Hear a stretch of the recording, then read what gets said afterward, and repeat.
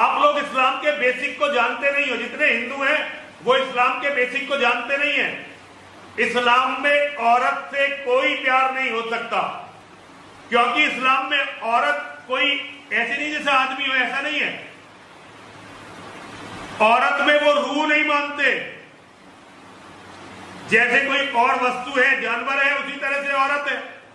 वो औरत को खरीद, वो औरत को औरत को किसी को दे सकते हैं, वो औरत को छीन सकते हैं, औरत को चुरा सकते हैं, औरत को मार सकते हैं, औरत को।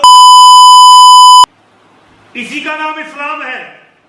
इस्लाम की जो असली परिभाषा है वो ये है, Islam is a gang of organised criminals.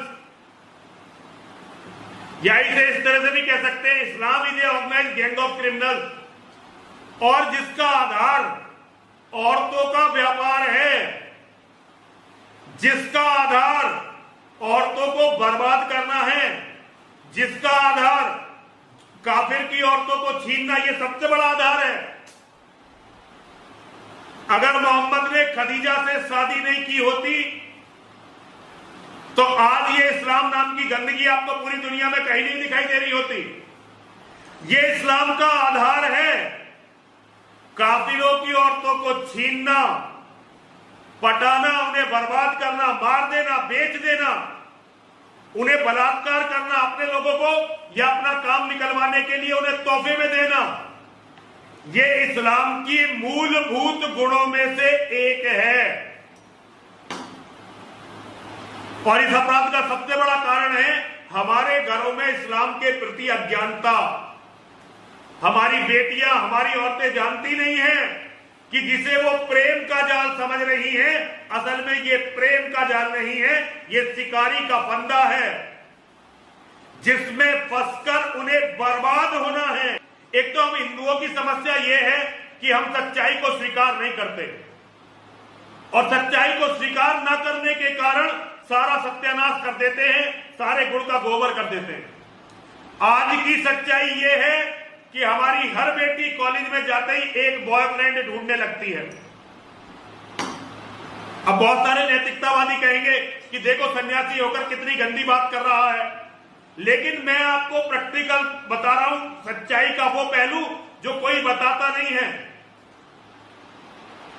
हमारी जो बहन, हमारी जो बेटी कॉलेज में जाती है या कहीं कंपनी में जाती है, उसे एक बॉयफ्रेंड की जरूरत पड़ती है। अब यदि हमारी बेटी, हमारी बहन, हमारी बच्ची किसी हिंदू को अपना बॉयफ्रेंड बनाती है तो हिंदू भी उसे परेशान करते हैं, मुसलमान भी परेशान करते हैं।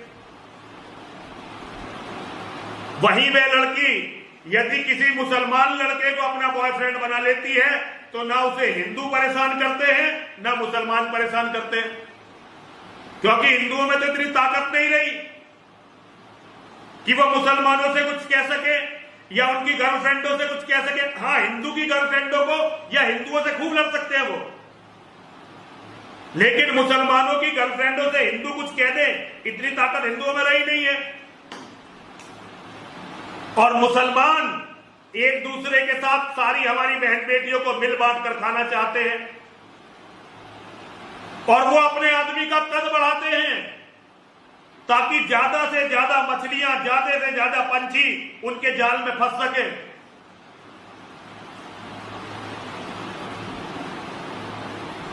लड़की अपने आप को सम्मानित महसूस करती है, हिंदू की बेटी अपने आप को मुसलमान की गर्लफ्रेंड बनने के बाद सम्मानित महसूस करती है उस दिन तक, जिस दिन तक वो सूटकेस में बंद लाश के रूप में, सड़ी गली लाश के रूप में, या किसी नहर में, या कुत्तों का भोजन नहीं बन जाती, तब तक वो शान से रहती है कॉलेज में। ऐसे ही कंपनियों में होता है। और वो अच्छी तरह से जानती है कि जिस आदमी चला जाता है अपने काम पर, और अब उसकी औरत के पास जितने भी लोग आते हैं, प्लम्बर आएगा मुसलमान, धोबी आएगा मुसलमान, कबाड़ी वाला आएगा मुसलमान, एसी फ्रिज का रिपेयर करने वाला आएगा मुसलमान, इलेक्ट्रीशियन आएगा मुसलमान, सब्जी बेचने वाला आएगा मुसलमान। और अगर कोई चीज सप्लाई मंगाई जा रही है, जैसे आजकल ऑनलाइन ट्रेडिंग चल रही है, उसका डिलीवरी बॉय आएगा तो ज्यादातर मुसलमान। और अब क्या होगा, बातों बातों में भाभी जी को अपना नंबर दे देंगे, भाभी जी मेरा नंबर है, आप मेरा नंबर ले लो, अपना नंबर मुझे सेव करवा दो ताकि मैं समय पर उठा लूं आपका नंबर, कोई बात हो तो आप मुझे बता देना। फिर एक आध कोई जोक भेजेंगे भाभी जी को, नमस्ते करके भेजेंगे, हालचाल करके, और थोड़े दिनों में ऑफर भी मार देंगे। अब बेचारा आदमी तो सुबह 8 बजे का घर से निकला हुआ, रात को 9 बजे आने वाला है, उसकी पत्नी को कौन देखने वाला है? आज हमारी औरतें इस तरह से इन जिहादियों का शिकार, इनका चारा बन गई हैं। हमारी कमजोरी के कारण और हमारी अकेले रहने की फितरत के कारण रोज हमारी जो औरतें बर्बाद हो रही हैं। आज सबसे ज्यादा, मैं कहना नहीं चाहता, लेकिन जो ये कॉल गर्ल्स है, प्रोस्टिट्यूट्स हैं, ये सारी हिंदू औरतें हैं। और ये वो हिंदू औरतें हैं जो प्रेम के चक्कर में इन जिहादी मुसलमानों के चंगुल में फंस गई और अपने फोटो खिंचवा बैठी। और अब उनके द्वारा कभी पैसे के लिए, कभी किसी अधिकारी को खुश करने के लिए, कभी नेताओं के लिए भेजी जाती हैं। कितनी दुर्गति हो गई हमारी बहन बेटियों की। पहले जब देश आजाद हुआ था तो फिल्म इंडस्ट्री में सारी हीरोइनें ये मुसलमानी थी, और जो मुसलमान हीरो भी थे वो अपना नाम हिंदू रखकर काम करते थे। ज्यादातर तो हिंदू थे, लेकिन कुछ मुसलमान थे तो उन्होंने अपना नाम हिंदू रख रखा था।